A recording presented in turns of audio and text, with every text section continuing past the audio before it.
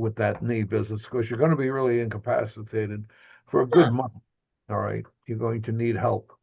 So Wow. Well, I have several pickleball friends who have gotten their knees replaced, yeah. and they are playing pickleball in 6 weeks. Well, What? it varies with everyone. Like I said, the Sure. second operation was more painful than the first. I don't know why, but Yeah. first Hmm. first was but the second one was really put me down.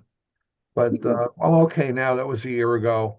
I it's still a little painful when I get up, but I'm able to if as long as I don't move too much, I'm okay. I can stay on Hmm. my feet, Hmm. but it's not 100% cure. That's for sure. Nothing like original equipment. And I'm very grateful that we can replace that original equipment if we outlive its expiration date. Absolutely, absolutely. I'll take half good as opposed to no good, All So, right. Well, good morning, Nancy, Carlene, and Joyce, Betty, Medina. I don't know where the rest of the gang is this morning, but we're going to go ahead and get started. We are streaming live, so the video recording is starting now. So if you just joined, you missed the baby pictures. Oh, You'll have to come early next time. oh, oh. Anyway, so today our goal was to talk about VPNs.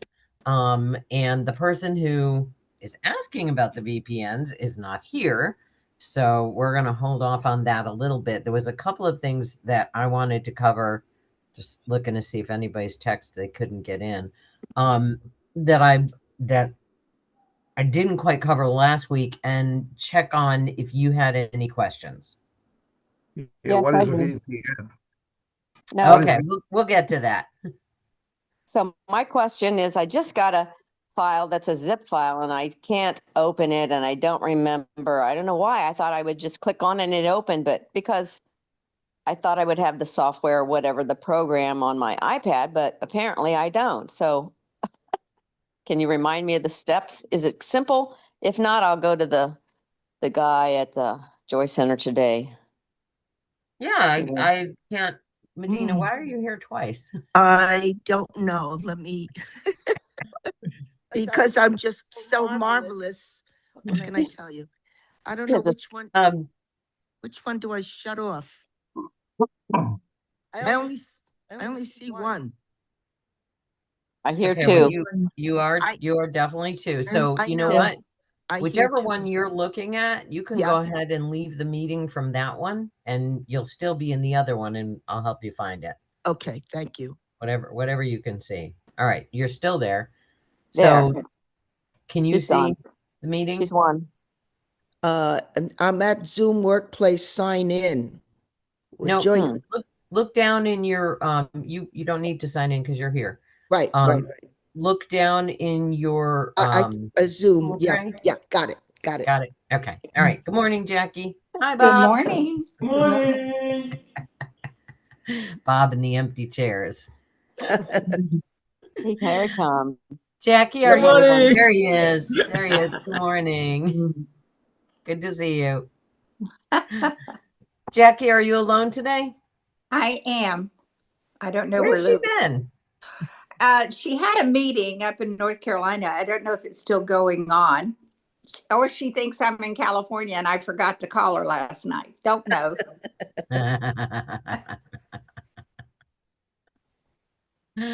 All right. So what I wanted to catch up on that I didn't finish up with last week is we were talking about various scams, and I wanted to see several people have mentioned that they had some mail scams, actual physical pieces of paper mail scams. So I want to make sure that there's a couple of things going on with that. One, that's the oldest form, right? That's the way folks used to do it. And then the internet made it so much easier. So why are they making a comeback? They're making a comeback because there is definitely diminished trust in what you're seeing online. And so scammers are like, okay, well, if they're not going to trust me online, I'll spend a little bit of postage and go ahead and just send them a letter. They'll give me the same information that I would have gotten online, but they're going to trust a piece of paper. That's definitely tagging seniors, right? Because younger people have a much higher trust level of whatever is online, and we're much more skeptical, and rightfully so. But I find it interesting that scammers have taken a step back and gone, okay. And then the next question is, well, that costs them money, Yeah. postage and all of that. And I'm going to go to a couple of nonprofits that send me stuff. There's a particular orphanage in New Mexico that sends me a package. I mean, like an envelope this big and this thick with microfiber towels, dream catchers, socks, and shopping bags all in one package. I've gotten at least 3 of these.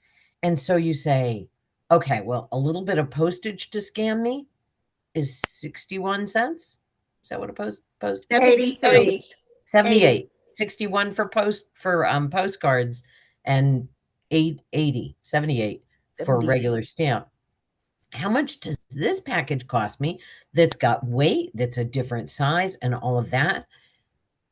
I've gotten it 3 times. I've never given them anything. I have no idea why they thought, like some you can kind of track. It's like, okay, my mom met my dad at a USO dance. My mom donated to USO her whole life. I've done some things with USO. And so, that would track that, okay, USO is going to send me some, requests for money. But this particular nonprofit in New Mexico, I have no idea why they would pick me out, but boy, are they spending some money. Yeah, it's cheap, not great stuff, but I kind of like the little microfiber towels, but it didn't cost them nothing. Imagine how much money they're actually getting to be able to sustain that kind of donor program. And I kept the dream catcher. I kept it all. Oh, Sometimes I re-gift the microfiber towels. They're kind of nice, But, just think about what does that cost a nonprofit to send out? So, a postage stamp for a semi-official looking letter is next to nothing in terms of the benefits you're going to reap. Now, that being said, the next thing I want to bring up, which I did not pull up, but I wrote down, there are a couple of things that we want to do whenever we're paying attention to nonprofits. Morning, Andy and Renee. And that is checking to see what their rating is as a nonprofit, because we often are guilted into giving by these grand packages or the story. Oh gosh, what was the one that used to be the ad on late night TV with Sally Field and all those starving children? Do you remember those ads? Sally Field would sit there with a skinny child on her lap, looking like the whole planet was starving to death. And it's like, I want to say it was called Feed the Children. It might have I been. think so. Mhm. And so, it's like using a celebrity to guilt you into something, and Sally Field was a very popular actor at the time, and played these nice roles and had empathy. And so they would use her to get people to donate to this. And Sally Field probably didn't come cheap, right? Yeah, right. But the money that she was getting, that the company, the nonprofit was getting, had to offset that cost by a lot.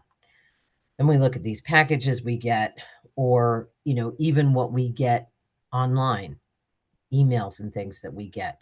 Those are legitimate ways to get our eyes and our dollars. They are legitimate. They are not illegal. They are not phishing. They are not scams. They are not hackers. They're legitimate.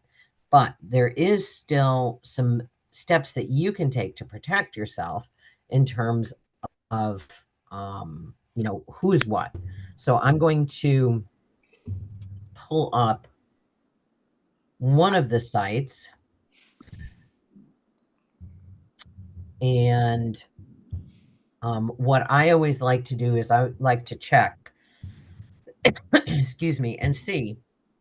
Let's see. Oh, Linda joined us. Good morning, Linda. And see exactly what kind of nonprofit is this. And I kind of like that Bob's in the room. He can mention this to the powers that be.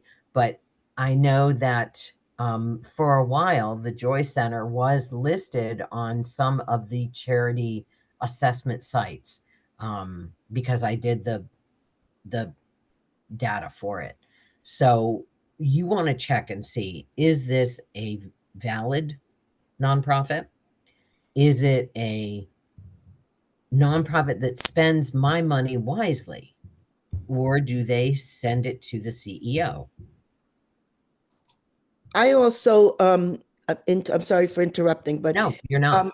I always check Charity Navigator, but the other thing is, if I don't want them to send me pens and pads, and if they're using my donation to send out little gifty things, I really don't want to donate to them. I want them to use my money for the cause. Agreed.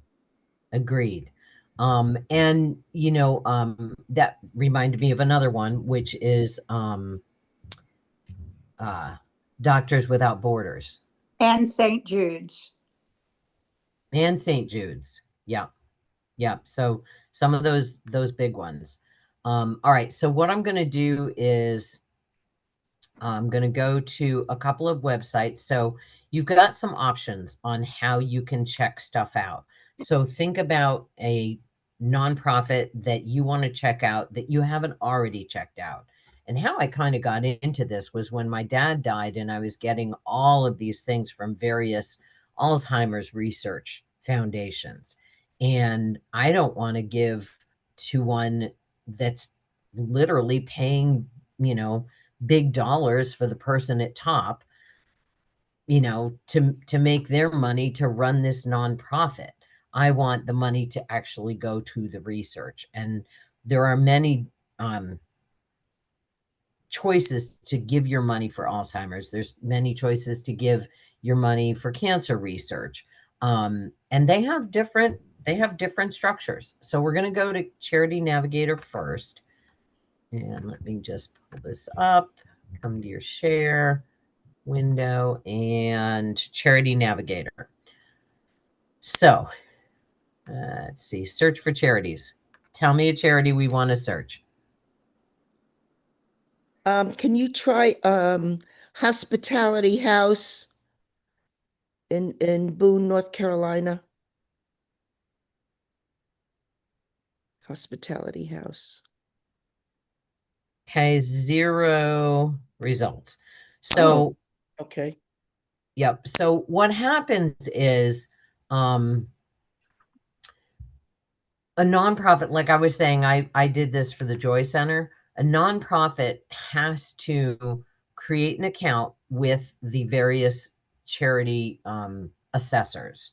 And there are 3 main ones that I'm familiar with. There's one whose name I used to forget. Oh, GuideStar. GuideStar changed to candid.org, but it used to be GuideStar. There's also Charity Watch. And let me pull that one in too. All right, Charity Watch, and of course, Charity Navigator. So when a nonprofit submits their board composition, their all of their financials, it has to be, what does their budget look like? Where is their money going? It's very, very detailed. What is their purpose and all of that? Does the mission match with what they're doing? So it's a long, involved process. And so a very small local charity is not going to have that process. Okay. What I would do is I would go to the second option for a smaller one is to go, and in North Carolina, you go to the state board Secretary of State. Sorry. North Carolina Secretary of State. In most states, I believe that's how they do it. In Florida, any of the smaller nonprofits, you can go to the I used to have it bookmarked on my thing right here. It's Biz. It's let me see. Florida. Sheila BIZ, Sunbiz. Sunbiz, that's it. Thanks. Sunbiz, Florida. And so with Sunbiz Florida, that is who registers corporations. And so same thing, you can get some information for yourself. And let me just stop sharing for a minute. Pull this up. All right, so with, go into my window, share. Okay, so in Florida, sunbiz.org. Oh, interesting. So sunbiz.org is the one everybody can remember. That's not the actual website, but this redirects you, which is very smart idea. Do you know what I'm talking about when I say that? Anybody with a yes or no? I can't see your faces. You mean to redirect? Yeah. Yeah, it just takes you to the newer site. Yeah. So when I look at this web page where it says sunbiz.org, the official state of Florida website for corporations, but when I look up here in the address bar, that is not the address. The address I didn't type. I typed in Sunbiz, and sunbiz.org automatically took me to dos.fl.gov/sunbiz/search. Mm-hmm. So that's a redirect. So, sometimes redirects are bad things, right? Redirects are where you are not going a place that you want to go and getting stuff spied on, which is going to be a nice lead in for VPNs. Let's go real quick since Medina is up there and do the North Carolina Secretary of State. And again, it's a business search. And so any nonprofit is a business as well, right? So you just literally type in, so let's do with that, Hospitality House. That's it, right, Medina? I think so. It might be of Boone. I'm not sure. Well, we'll go with this and see what happens. Okay. Okay, so go to, okay. I'm going to have to redirect myself on this one. Yeah. So every second Tuesday of the month, my synagogue up here, which was yesterday, by the way, we cook for the homeless. Oh, wow. And we prepare for about 125, 150 people. And then just deliver. Wow. We don't serve them. We just deliver it to the hospitality house. Gotcha. And Gotcha. but while I was there delivering, I mean, I saw 2 or 3 cars pull up and they got, boxes of food. Yep. Nice. Okay, so we've got Hospitality House of Charlotte. Okay. Hospitality House of Northwest. That might be you. Yeah. Northwest North Carolina. Yeah, that could be. Let's look and see. So what you're going to get is when it was formed, if it's active, it's a nonprofit, more information. Scrolling down, there it is. Brook Hollow Road, Boone That's is it. the main offices. Yeah, that's it. Okay. So, but do they give a rating? No, this is not going to rate. Okay, just So that's a good, excellent question. Let me go back one page because I thought that just by going to more details, it was going to give me a whole lot more details, but it did not. Let me click on, oh, that's not it. This one here. Okay. View filings, online filing, order a document. So the more information, it gave us the address. So we were able to do that.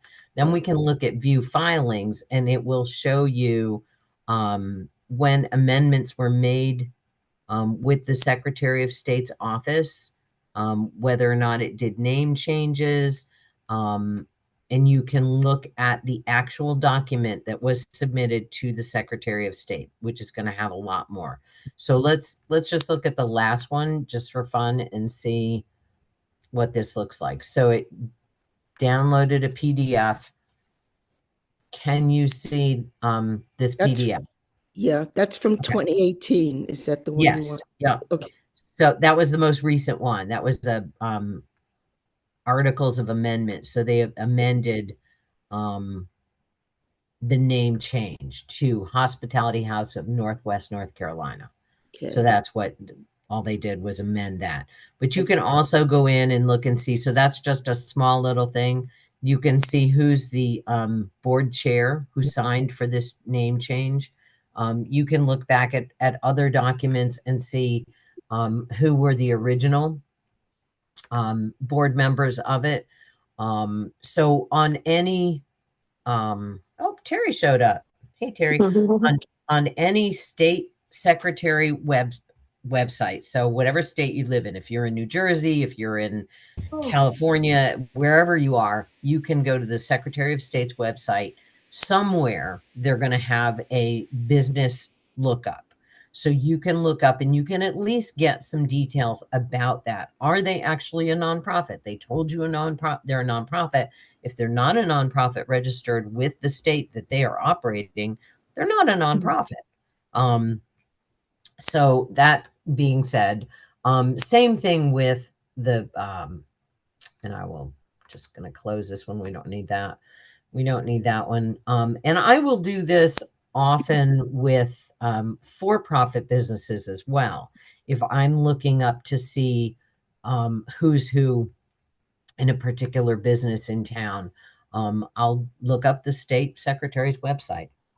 I think I use Charity Navigator all the time, and I think that's really a great site for anyone on this Zoom who, donates. If you haven't seen it, you should We're look. going Okay. right now. So that's Okay. why I want people to be thinking of a charity that we're going to put in. But Medina, yours was a great example because it gave us a chance to talk about small town charities. Yeah. And small town charities are doing the best work that they can with the fewest amount of people and the least amount of dollars spent. Yeah. Bigger corporations, like let's just say, I don't know, Susan B. Komen, nonprofit for breast cancer. Those are going to be entirely different animals, right? So, Secretary of State for your state for a small one, and you can always check. For me as a former nonprofit leader, if a local small town nonprofit actually took the time to register themselves with Charity Navigator or one of these other two that I'm going to show you, then that elevates my standing with them. I know that they care about transparency, they care about doing the right thing, and they're well run. Martin has a question. Yeah, what about United Appeal? Are they out of business or anyone? United Way? Yeah, United Way or United Appeal. Oh no, United Way is totally. So let's use that one for our first one. We're going to go to Charity Navigator because I know that United Way, and what we're going to do is United Way has a couple of different things. We've got United Way, each one is literally their own specific organization. Now there is an international United Way, but we're going to do of Collier because that's the one that serves the Keys as well. And United Way in the Keys is very, very active. And Collier is to the west, right? Isn't that over by Naples. Naples? Yeah. Right. So they cover, which is funny. I thought it was interesting that they didn't. It wasn't Miami and the Keys. It was Collier and the Keys. But so I here's think that's our representative goes to, doesn't go all the way to Naples, goes through the Everglades. That maybe that's, it. It must be. Yeah. yeah. Good point, Terry. All right. So we're on charitynavigator.org. We don't You all see can it. see We don't see it. No. Of course not. You gotta stay on top of me all the You've time. got new baby on the brain. That's right. Okay, now we'll go to Charity Navigator, where I typed in United Way of Collier. So I'm going to back up one because you didn't see what I was seeing when Martin said, let's do United Way. And I started to type in United Way, and you get, and it for a minute there, let me just go ahead and put United States. No, I saw it for a minute. No, all right. United Way of Collier. Ooh. Typing too fast.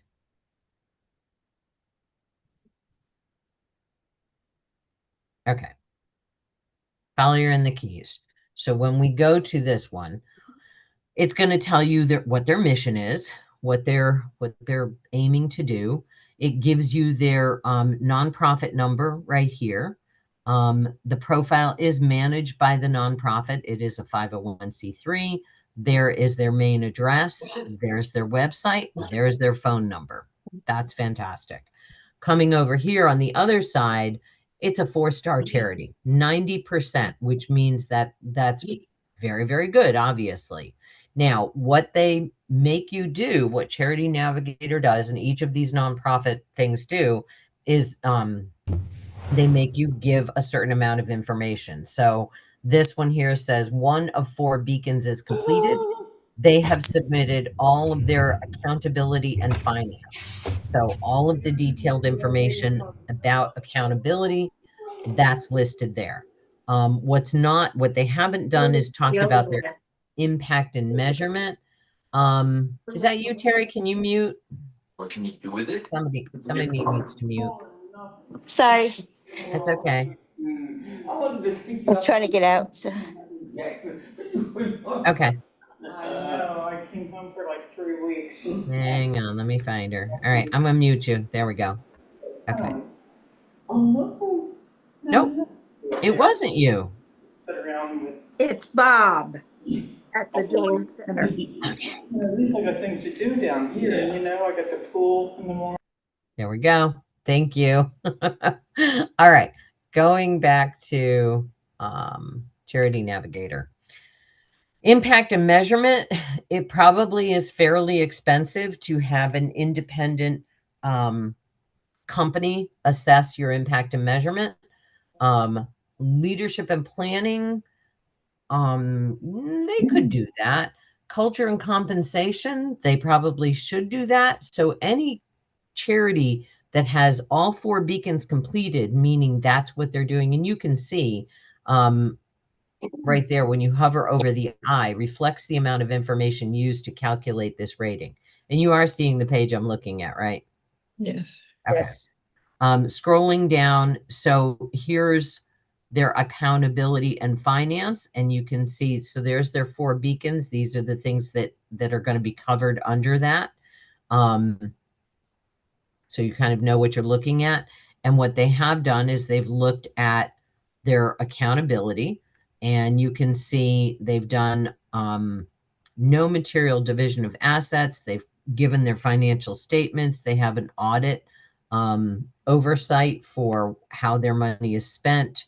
No loans reported for officers, records retention, tax form disclosed on the website, no. But everything else, they've got 100%. Then you can look. So this is all green lighting. They did this. You can go to the little plus mark over here, and let's see, no division of material assets. So we'll just click on that. And it tells you, what does that mean? reported that just that what it said, that they're not diverting the assets.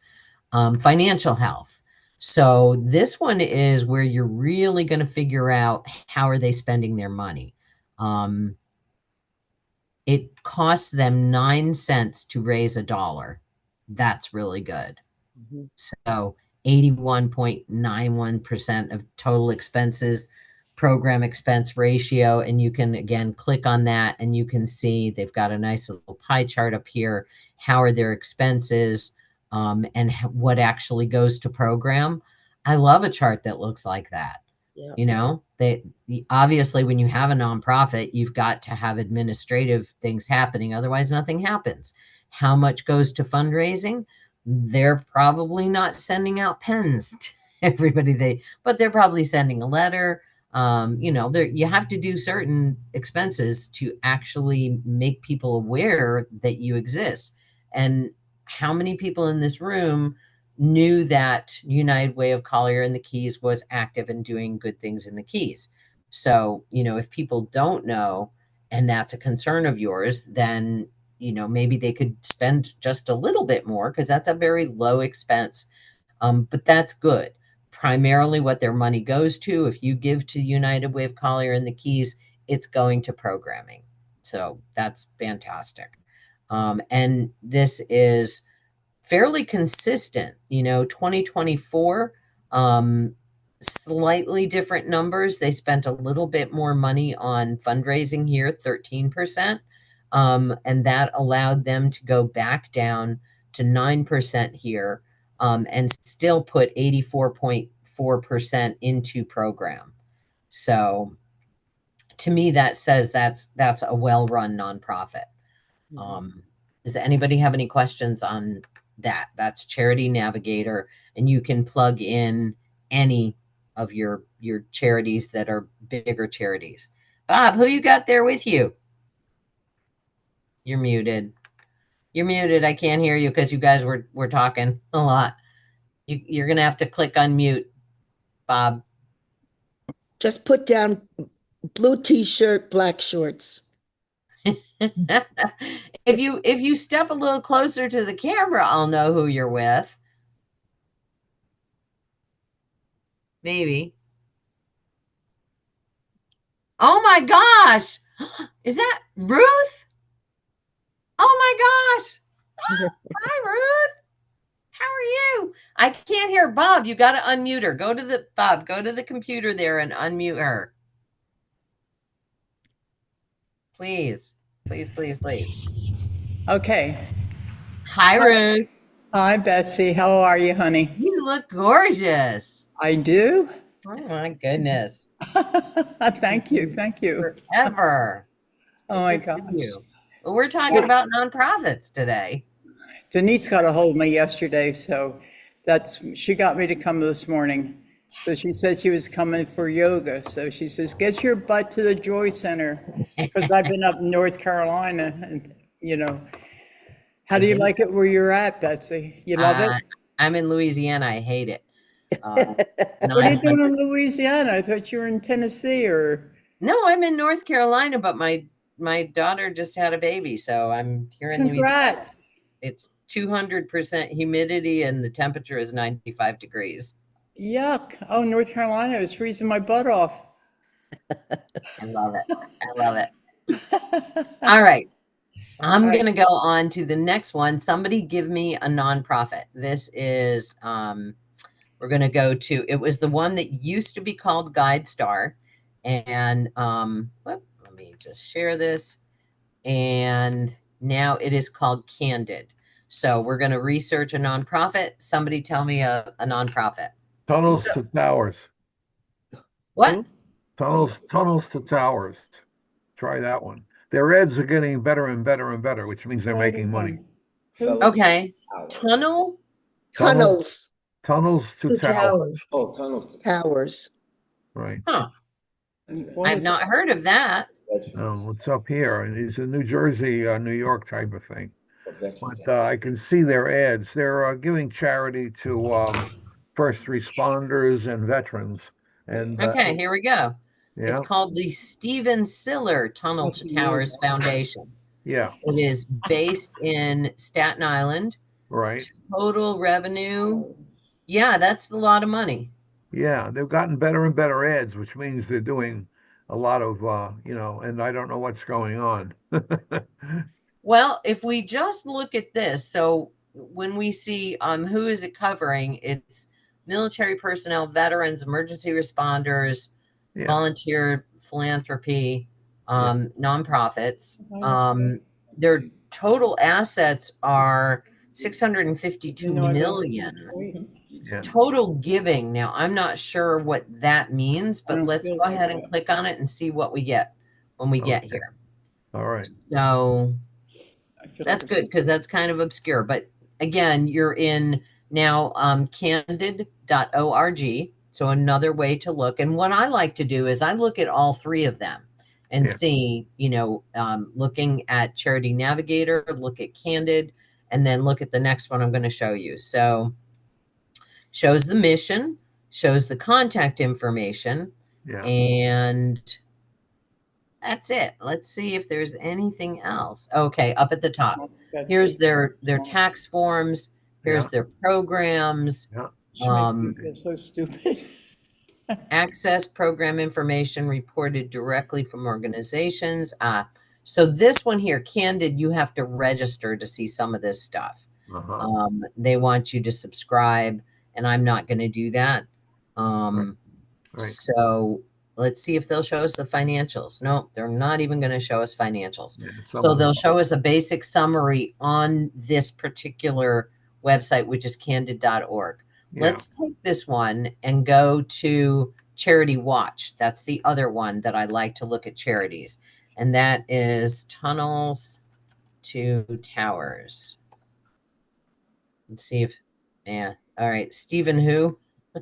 Siller, I think it was. I think it was Siller, yeah. SIL, yeah. So it's kind of a hocus pocus charity, right? Well, they No. have Gary Synapse as their spokesperson. Really? Yeah. All right, let's go back and I'm spelling Stephen wrong. It's PH. Stephen Siller's Tunnels to Towers. Okay, so they have not done anything with Charity Watch. They've done it with Candid. Let's look at Charity Navigator. Yeah. Stephen having yoga this morning? Siller Tunnels to Tower. Okay, so let's see. They get a 91. That's pretty impressive. So as we scroll down, what have they put in so far? So they've only done the first beacon also. They've done the accountability. And so I want to look right now at revenue and expenses, source of contributions, donor ratio support. Let's look here. I'm looking for my little pie chart. Liabilities to assets. There it is. Efficiency to raise $1. It only cost them 6 cents to raise $1. That's pretty amazing considering what we were looking at. You said that they have really good commercial. So administrative 1.7, that's good. Advertising 4.9. Now let's look at 2024. Still really good. So yeah, I would say if this is a cause, and you can, of course, go back up and look and see what is it about. It's to honor the sacrifice of firefighter Stephen Siller, and they honor military personnel who continue to make a sacrifice. So what do they do with their money? Oh, delivered 1,200 mortgage-free homes to our nation's heroes. Wow. Committed over $500 million across all of our programs. We're in the military. Yeah, military and first responders, because this is in the name of a firefighter, Stephen Siller. Yeah. So it is. That's pretty impressive. Yes.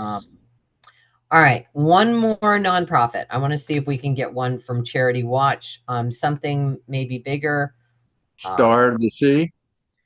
Star of the Sea. That is it, right? Star at Sea. It's Yeah. in Key West. It's in Key West. Key Largo. Key Largo? I think, isn't that a church? It's with St. Justin's and Key Largo. I mean Key West. Yeah. That's the food program, isn't it? Yeah. That's where we go. Yeah. That would probably be with the first one you mentioned to us, the Sun Biz.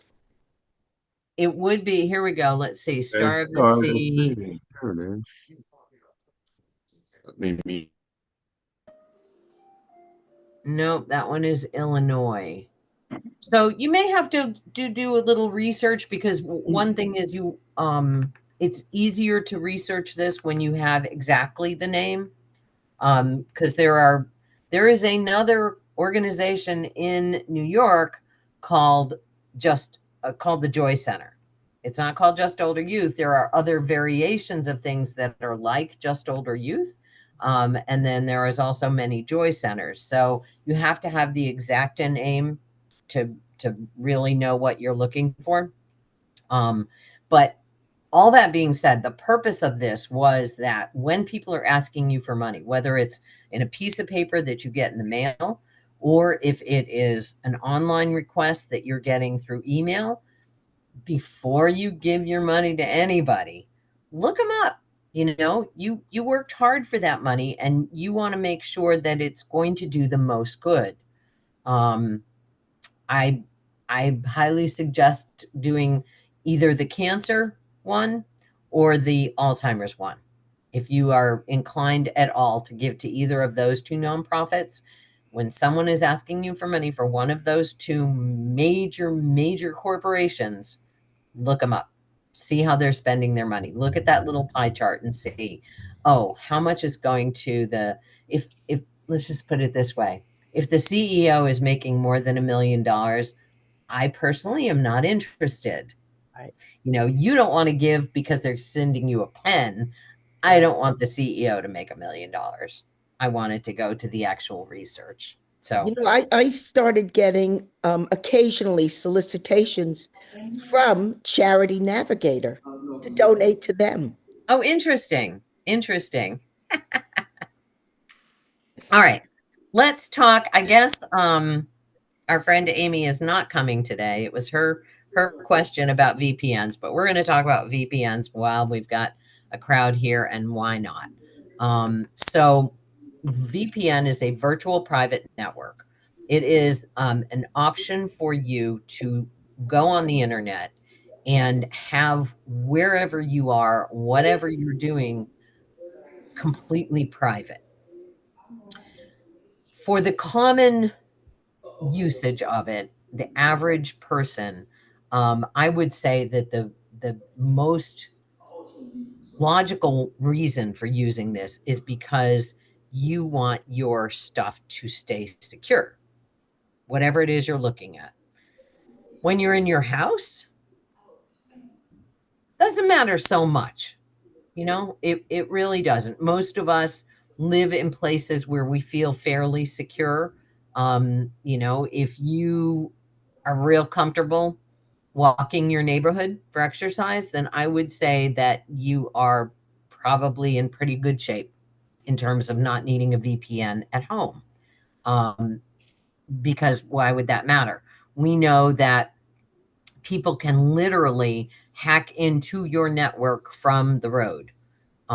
So they can, and my nephew did it. He's a security specialist with a tech firm, and he was able to get into my Wi-Fi network without my password because he's that good, and he did it from the driveway. So that is a thing. But that being said, for the most part, we are pretty safe at home and don't have to worry about that kind of thing. That whole conversation changes entirely when we go out into the world, when we are at a restaurant, when we are in a hotel, when we are traveling and we're at a sightseeing location. Anytime that you are not in your home, which presumably is a secure network at your house. You have, passwords, and you have, some security, you have a good virus protection and all of that. You're using your password manager so that you've got unique and different and strong passwords for everything. Home's a pretty safe place to be. Go out into the world and that all changes. When you are using your cell phone and using a cell network and not using Wi-Fi, it's more secure. Definitely more secure. Not infallible for sure, but definitely more secure. When you go on a VPN, a virtual private network, what it literally does is it disguises you. It like puts a cloak of invisibility around what you're doing online so that you can be very safe. Again, there is not one thing that's going to protect you from everything. But when you have those other things in place that I just mentioned, the actions that you take at home by making sure that you have, password protection and virus protection and all of that stuff, and good behavior, right? Going to places online that you are being smart about, not just clicking willy-nilly on whatever pops up that's trying to get your attention, but actually, having some good practices. All of those putting in place, go out in the world, turn off your Wi-Fi and just use cell, you are going to be safer. Cell doesn't always work. Cell doesn't always work well. And there are still risks involved. So having a VPN is going to minimize those risks. There are free versions of VPNs, and it goes back to what I've said a million times before. If you're using the free version of a antivirus protection program, you're getting what you pay for. So, you don't want to do that. Good morning. At the Joy Center. Stephanie. Hey, Stephanie, welcome. So, I never recommend using a free viral protection. When you get a brand new device and it gives you one loaded and it says, try this for 3 months free, and then it wants you to pay for the thing, if you tried it for 3 months and you like the one they loaded on there and you're comfortable and happy with it, go online and do a quick research of who reviews it and who says it's good or not, and then go ahead and buy it, but don't use the free version forever. Same thing with a VPN. There are free VPNs. That's not recommended because that's not where you're going to get your best protection. So I'm going to show you, there's several, let's see, don't need that. Okay, we're going to go to PC Magazine, and I'm going to share this.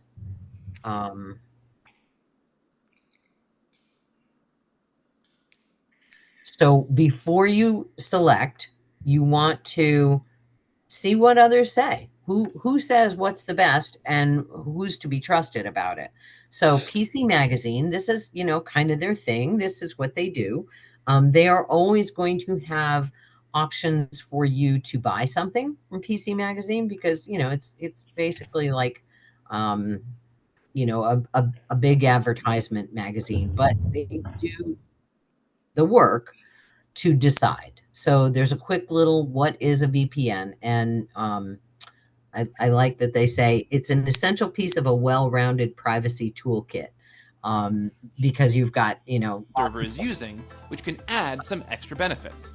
For example, maybe a streaming service you subscribe to has a TV show you really want to watch. Wow. But that show is only available in another country. Can you hear Select that? a server Yes, in that yes. country, and you should be able to watch the show as if you were there. With everything we've covered so far, I think it's safe to say that we'd recommend using a VPN. There are lots of great providers Interesting, out there. because to I choose didn't from. click on we- it. So let me stop that for a minute. This is hilarious. Wow. It just threw an ad in there and I didn't click on it and I don't see where it came from. but that's all right.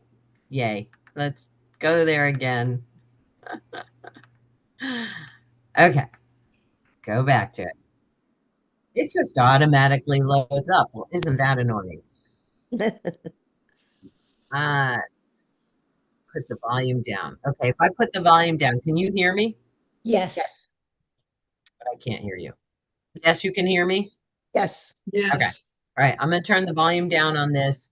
I won't be able to hear you for a minute while he runs through his little ad there. All right. So talks about, so know that you're going to get an ad. And just as I was saying that, you know, this is a selling place, but their top picks, Proton VPN. Now I do use Proton Mail for some things because it is touted as being extremely secure. I went to check price on this and found that it's got a really good deal right now. 75% off, which boils down to $249 a month, which is really good. I think I pay, Doesn't that make you a little I'm paying about suspicious? $20 a year for the VPN I'm using, might be 25, but it's going to tell you all these things, and you have a nice little chart here. So this is through PC Magazine, an advertisement for Proton VPN, and then Proton says, here's why you should pick us. And it compares the other ones, some of the top ones, and what you get. And you start to look at, oh, what do these things mean? 100% open source with third-party audit. So that means that they have someone else looking at what they're doing for an audit. That was one of those important things we looked at in those Charity Navigator are there audits. So audits by third parties are always a good idea. Openly published no log audit, so you know that it's private. Ad blocker for distraction free, malware blocker. Okay, so that has a blocker. But that is not the same thing as virus protection, just so we are be clear about that. VPN accelerator connection 400% faster. What jurisdictions do they go to? And where is it owned? Who is it owned by? So interesting. That's just interesting to me. NordVPN and Surfshark are both owned by Nord Security. This is where they're coming from. Virgin Islands, Romania, and Panama. Which one is in Romania? CyberGhost. So some information to look at when you are looking at a specific one. That's an ad for that one. Let's go down, and there's NordVPN. That's their second one that they like. Then they have the Surfshark, which is the next one. Best for location. Let me go back. Just jump. For location spoofers, we'll talk about that in a second. Best for first-time VPN users. TunnelBear. So if you haven't used a VPN before, that's the one they're recommending for that. And then you have your pros and cons here. Makes it fun, themed. Oh, I don't know if I need fun. Best for smart TV. Here's one, best for public Wi-Fi use, Moldev. Yeah. There's one, best for frequent travelers, HideMe VPN. And you can click on the details and it'll tell you, you know, what's what with, this is what PC Magazine is saying. All right, now I'm going to get off of this website. So go somewhere else and I can turn the volume back up so I can actually hear you guys. All right, so I'm going to also be sending you this article from Microsoft. So a trusted tech company, are VPNs safe and secure? Very, very good article. Talks about details in very easy to understand language. It gets a little bit more complicated when it talks about these things, state-of-the-art encryption, kill switches, options around masking. This is stuff we have not talked about in class, but I'm going to not take the time in class to talk about it right now because I'm going to send you this article We can continue the conversation later, but this is good information to let you know how would you decide which one you would want to go with. If you notice at the top of this article here, you've got some side tabs. What is a VPN? Is it safe? How secure? Do VPNs really work? And how to get started. So you can click on any of these side tabs and go even deeper into the conversation. Here's one of them, is the what is it actually? And it tells you basically how they work. Virtual and private network. I'm going to give it to you in very, very, very layman's terms. Oh, Terry, you're there. I'm here now. I moved. I did a Carlene, yeah. Okay. Medina's hand is up. Yeah. For that Proton VPN, when I see something advertised 75% off, I get suspicious. I mean, I hear you. That's a lot. That's a big discount. It is a big discount. Yes. So what my guess is with that is it's probably 75% off for the first year. And then the second year it may go to its standard pricing. That's real common. I'm trying to think.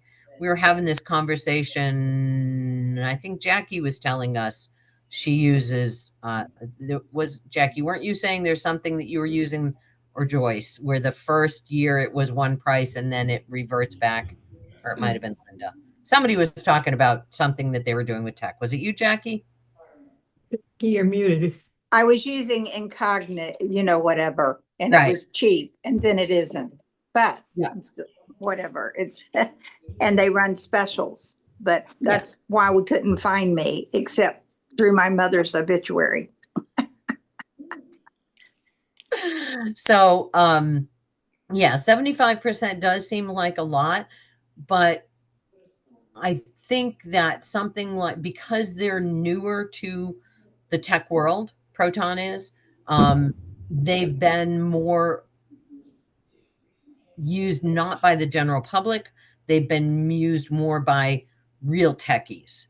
You know what I mean? And so to break into the bigger world of everybody knows who they are, I think that's probably what they're doing.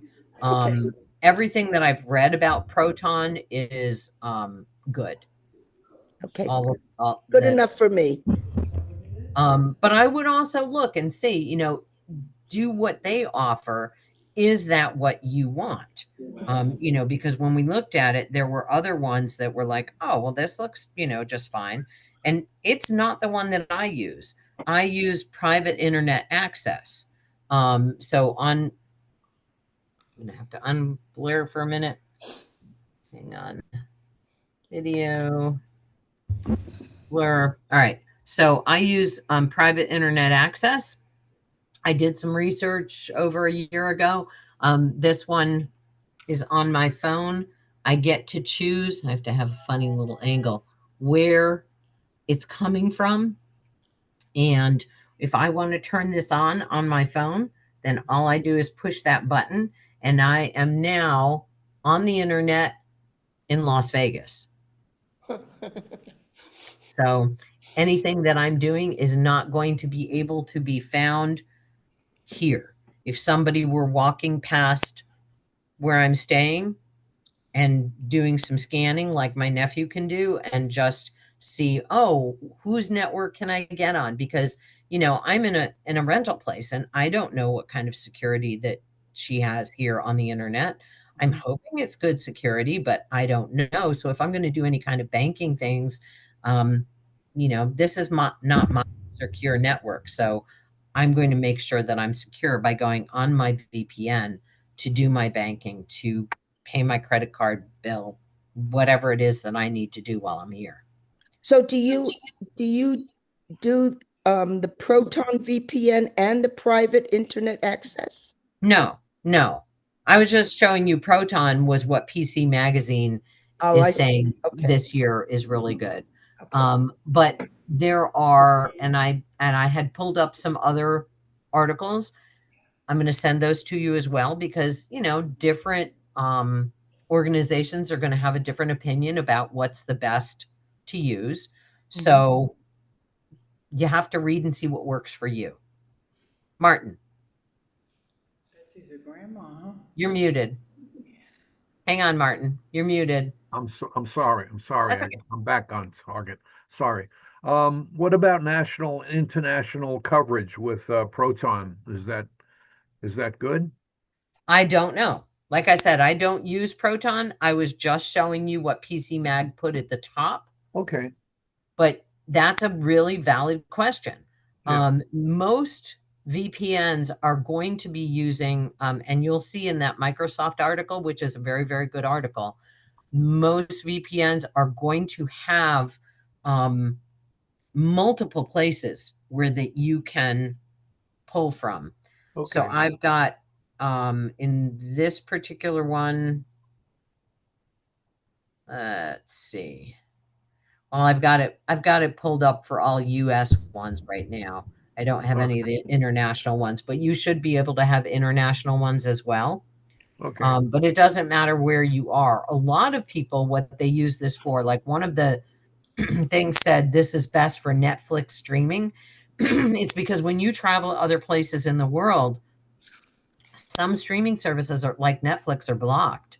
And so, you know, you just want to watch your favorite show and you're in a country where that's not allowed. Yeah. So you go on your VPN, you can watch your favorite show. It's not that you're doing anything, you know, immoral or illegal Yeah. as, you know, an American citizen, but that particular country won't allow its citizens to see something on Netflix. Okay. Thank you. All right. We're gonna wrap it up because we're again. And I'm gonna encourage you to read the article in Microsoft and then have some thoughts about it next week. Decide Okay. whether or not you have more questions, whether or not you need a VPN.